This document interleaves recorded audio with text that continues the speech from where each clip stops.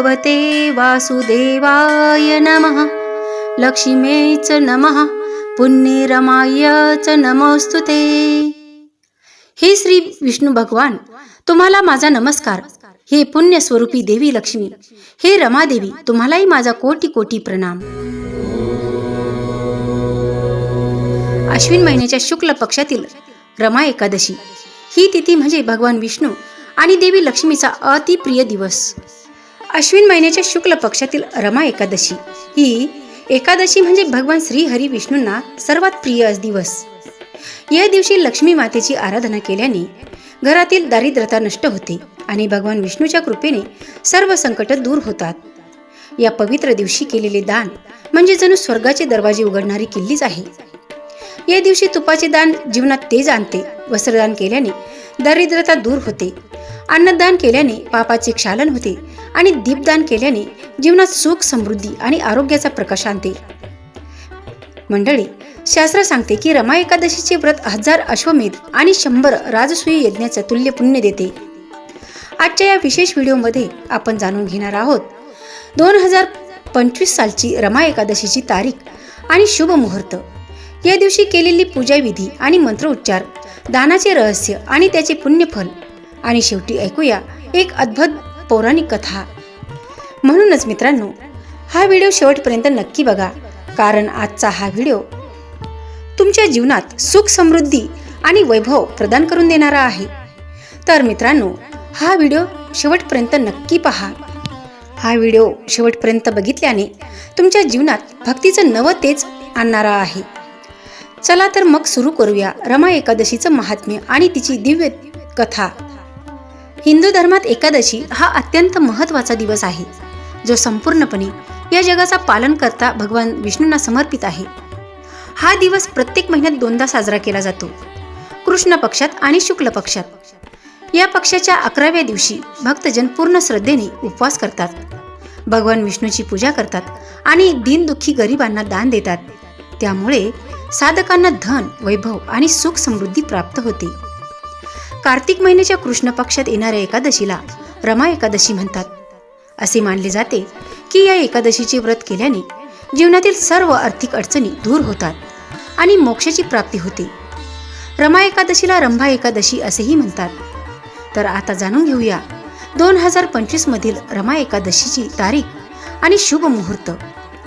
2025 मध्ये रमा एकादशीचा शुभ मुहूर्त 16 ऑक्टोबर रोजी सकाळी 10:35 सुरू होईल। याचा समारोप दुसऱ्या दिवशी 17 ऑक्टोबर रोजी सकाळी 11:12 होईल। हिंदू धर्मात उदय तिथीचे महत्त्व असल्यामुळे रमा एकादशी 17 ऑक्टोबर 2025 रोजी साजरी केली जाईल। त्यानंतर आता बघूया रमा एकादशीचे महत्त्व काय आहे। असे मानले जाते की रमा एकादशीच्या दिवशी भगवान विष्णूची पूजा करून आणि दीनदुःखी असहाय्य लोकांना दान दिल्यास पाप आणि दुःखातून मुक्ती मिळते। भगवान विष्णूंच्या आशीर्वादाने जीवनाच्या शेवटी मोक्ष प्राप्त होतो। भगवान श्रीकृष्णाने धर्मराज युधिष्ठिराला रमा एकादशीबद्दल सांगितले होते। पद्मपुराणानुसार जो कोणी या दिवशी खरी श्रद्धा ठेवून व्रत आणि उपवास करतो त्याला वैकुंठ धामात स्थान मिळते आणि तो जीवनातील सर्व समस्यापासून मुक्त होतो। हिंदू धर्मात या एकादशीचे महत्त्व अजून वाढते, कारण भगवान विष्णूंच्या पत्नीचे एक नाव रमा आहे। त्यामुळे ही एकादशी भगवान विष्णूंना अत्यंत प्रिय आहे। असे मानले जाते की या दिवशी व्रत करून आणि दान दिल्याने मनुष्य सर्व प्रकारच्या सुख समृद्धीला प्राप्त होतो। तर रमा एकादशीची पूजा विधी कशी आहे ते बघूया। या दिवशी पहाटे उठून स्नान करावे, त्यानंतर स्वच्छ वस्त्रे परिधान करून हात जोडून भगवान विष्णूचे ध्यान करत व्रताचा संकल्प करा। नंतर स्वच्छ जागी भगवान विष्णूंची मूर्ती किंवा फोटोची स्थापना करा। त्यांना अक्षत, पिवळे फुले, धूप, दीप, गंध, हळद, तुळशीची पाने, पंचामृत इत्यादी अर्पण करा। श्रीहरीची पूर्ण मनाने पूजा करा। भगवानाला गूळ, चण्याची डाळ, बेसनाचे लाडू यांचा नैवेद्य दाखवा।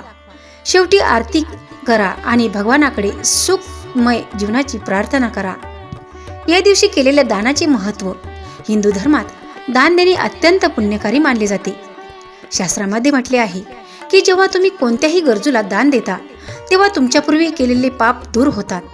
तेव्हा मनुष्य या भवसागरातून मुक्त होऊन परमधामात जातो तेव्हा त्याच्या सर्व गोष्टी येथेच राहून जातात. त्याच्या केलेल्या पुण्यकर्माचा उपयोग होतो. वेद, ग्रंथ, शास्त्र आणि पुराणामध्येही दानाच्या महत्त्वाबद्दल सांगितले गेले आहे. ग्रंथामध्ये असे म्हटले आहे, दानम त्यागः स्वार्थ वर्जितः सेवा परमधर्मः जरूरतमंदस्य सहाय्य स्वर्गस ओपानम आरोहती. अर्थात दान आणि त्याग स्वार्थरहित असतात आणि सेवा हा सर्वात मोठा धर्म आहे. जेव्हा कोणी गरजूला मदत करतो तेव्हा तो स्वर्गाच्या पायऱ्या चढू लागतो. भगवान विष्णूंच्या प्रिय दिवशी या वस्तूंचे दान अवश्य करा. रमा एकादशीला अन्न आणि भोजनाचे दान सर्वश्रेष्ठ मानले जाते.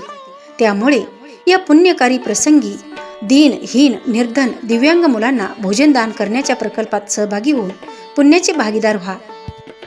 मंडळी, आता बघूया रमा एकादशीची पौराणिक कथा. एकदा धर्मराज युधिष्ठिराने विचारले, हे प्रभू, कार्तिक कृष्ण एकादशीचे नाव काय आहे? तिचा विधी काय आहे? त्याचे फळ काय आहे? कृपया सविस्तर सांगा. भगवान श्रीकृष्णाने उत्तर दिले, कार्तिक कृष्ण पक्षाच्या एकादशीला रमा एकादशी म्हणतात. ती महापापांचाही नाश करते. ती तुम्हाला त्याचे महत्त्व सांगतो. काळजीपूर्वक ऐका. हे राजा, प्राचीन काळी मुकुंदचंद नावाचा एक राजा होता. तो इंद्राचा मित्र होता आणि यम, कुबेर, वरुण आणि विभीषण हे देखील त्याचे मित्र होते. हा राजा खूप धार्मिक होता, विष्णूचा भक्त होता आणि न्यायाने राज्य करत असे. त्याला चंद्रभागा नावाची एक मुलगी होती. त्या विवाह चंद्रसेनाचा मुलगा शोभनशी झाला होता. एके दिवशी शोभन त्याच्या सासरच्या लोकांना भेटायला गेला. त्याच सुमारास शुभ एकादशी रमा येणार होती. जेव्हा उपवासाचा दिवस जवळ आला तेव्हा चंद्रभागा खूप चिंतित पडली आणि म्हणाली, माझा नवरा खूप कमकुवत आहे आणि माझ्या वडिलांचे आदेश खूप कडक आहेत. 10व्या दिवशी राजाने ढोल वाजवले आणि संपूर्ण राज्यात घोषणा केली की एकादशीला काही खाऊ नये. ढोल वाजवण्याची घोषणा ऐकून शोभन खूप चिंतित पडला आणि त्याने आपल्या पत्नीला विचारले, माझे प्रिय, आता मी काय करावे? मी आता भूक सहन करू शकणार नाही.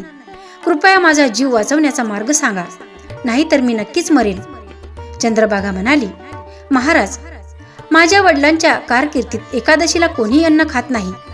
हत्ती, घोडे, उंट, मांजर, गायी इत्यादी देखील गवत, अन्न किंवा पाणी पिऊ शकत नाहीत. मानव तर सोडाच. जर तुम्हाला जेवायचे असेल तर दुसरीकडे जा. जर तुम्हाला येथेच राहायचे असेल तर तुम्हाला उपवास करावाच लागेल. हे ऐकून शोभन म्हणाला, माझे प्रिय, मी नक्कीच उपवास करेन. माझ्यासाठी जे काही नशिबात आहे ते होऊ दे. धर्मराज युधिष्ठिर यांनी विचारले, कार्तिक कृष्ण एकादशीचे नाव, तिची पद्धत आणि तिचे फायदे कसे मिळवायचे ते सविस्तरपणे सांगा.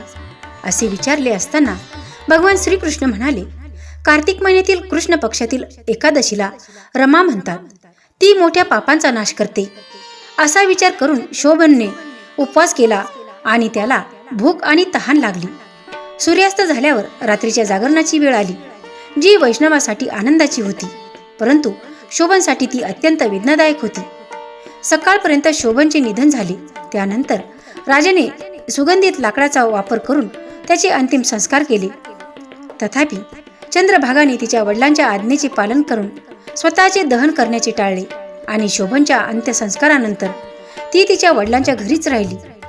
रमा एकादशीच्या प्रभावामुळे शोभनला मंदार पर्वतावर एक सुंदर देवता मिळाली, जी धन आणि धान्याने परिपूर्ण होती आणि शत्रुहीन होती. देवांचे एक सुंदर शहर सापडले. ते एक भव्य इमारत होती, जी मौल्यवान दगड आणि लापिस लाझुलीने जडवलेल्या सोन्याच्या खांबावर बांधलेली होती. विविध प्रकारच्या स्फटिक रत्नांनी सजवलेली होती. तो मौल्यवान वस्त्रे आणि अलंकारांनी सजवलेल्या सिंहासनावर बसला. एक छत्र आणि एक पंखा होता. त्याच्या भोवती गंधर्व आणि अप्सरा होत्या. जणू काही दुसरा इंद्र तिथे बसला होता. एकदा मुकुंदचंद नगरात राहणारा सोम शर्मा नावाचा ब्राह्मण तीर्थयात्रा करत असताना तेथे गेला आणि शोभनला राजाचा जवाई म्हणून ओळखून तो त्याच्याजवळ गेला.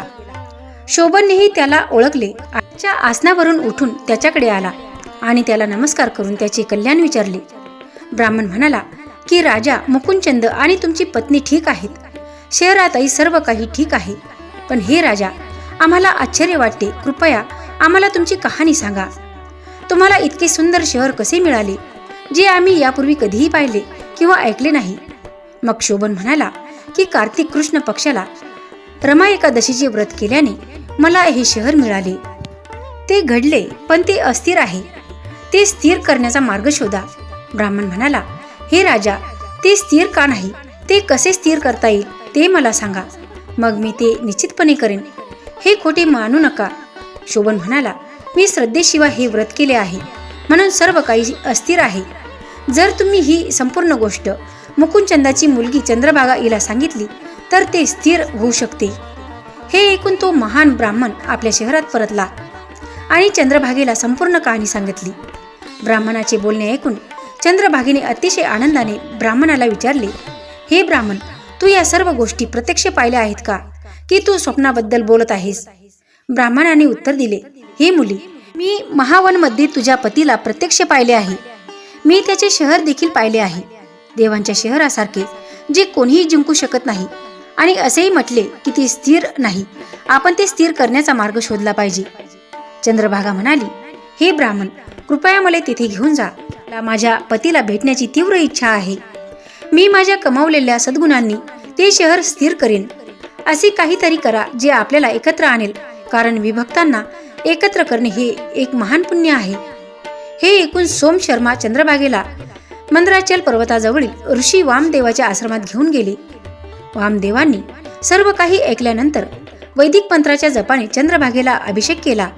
नंतर ऋषीच्या मंत्राच्या आणि एकादशीच्या व्रताच्या प्रभावामुळे चंद्रभागेचे शरीर दिव्य झाले आणि तिला दिव्य मोक्ष मिळाला. यानंतर ती मोठ्या आनंदाने तिच्या पतीकडे गेली. शोभनला त्याची प्रिय पत्नी येताना पाहून खूप आनंद झाला. त्याने तिला बोलावले आणि तिला आपल्या डाव्या बाजूला बसवले. चंद्रभागा म्हणाली, हे माझ्या प्रिये, कृपया माझे पुण्य स्वीकारा. मी माझ्या वडिलांच्या घरी 8 वर्षाची असल्यापासून मी एकादशीचे व्रत श्रद्धेने पाळत आहे. या पुण्यशक्तीच्या बळावर तुमचे शहर स्थिर आणि समृद्ध होईल आणि सर्वनाशाच्या समाप्तीपर्यंत ते सद्गुणी राहील. अशा प्रकारे दिव्य अलंकार आणि वस्त्रांनी सजलेली चंद्रभागा तिच्या पतीसोबत आनंदाने राहू लागली. हे राजा, मी रमा एकादशीचे महत्त्व वर्णन केले आहे. जे लोक हे व्रत करतात ते सर्व पापापासून मुक्त होतात, ज्यामध्ये ब्रह्महत्या समाविष्ट आहे. कृष्ण पक्ष म्हणजे काळा पक्षी आणि शुक्ल पक्ष म्हणजे तेजस्वी पक्षी, या दोन्ही एकादशी सारख्याच आहेत. त्यांच्यात कोणताही भेद नाही. दोन्ही सारख्याच फळांना मिळतात. जे लोक हे महत्त्व वाचतात किंवा ऐकतात ते सर्व पापापासून मुक्त होतात आणि विष्णू लोकाची प्राप्ती करतात. हे प्रिय साधकांनो, रमा एकादशीचा उपवास म्हणजे फक्त उपवास नाही, तो एक संकल्प आहे आत्मशुद्धीचा, भक्तीचा आणि श्रीहरीच्या अनंत कृपेचा. या एकादशीच्या दिवशी केलेले दान म्हणजे जणू लक्ष्मी मातेच्या हस्ताने तुमच्या जीवनात सुखाचे बीज पेरले जाते. या दिवशी जो भक्त श्रीहरी आणि माते रमेची आराधना करतो त्याच्या घरातून दरिद्रता नष्ट होते आणि आयुष्यभर लक्ष्मी स्थायिक राहते. मित्रांनो, जर तुम्हाला ही माहिती आवडली असेल तर व्हिडिओला लाईक करा, ब्रह्मांड नायक शिव या चॅनलला सबस्क्राईब करा आणि या शुभ रमा एकादशीला एक संकल्प करा. मी प्रत्येक एकादशीला प्रभूचे नामस्मरण करीन. जय श्रीहरी, जय श्रीहरी विष्णू, जय माता रमा लक्ष्मी. शेवटी फक्त एकच वाक्य लक्षात ठेवा, भक्ती हीच खरी समृद्धी आहे. ओम श्री लक्ष्मी नारायणाय नमः.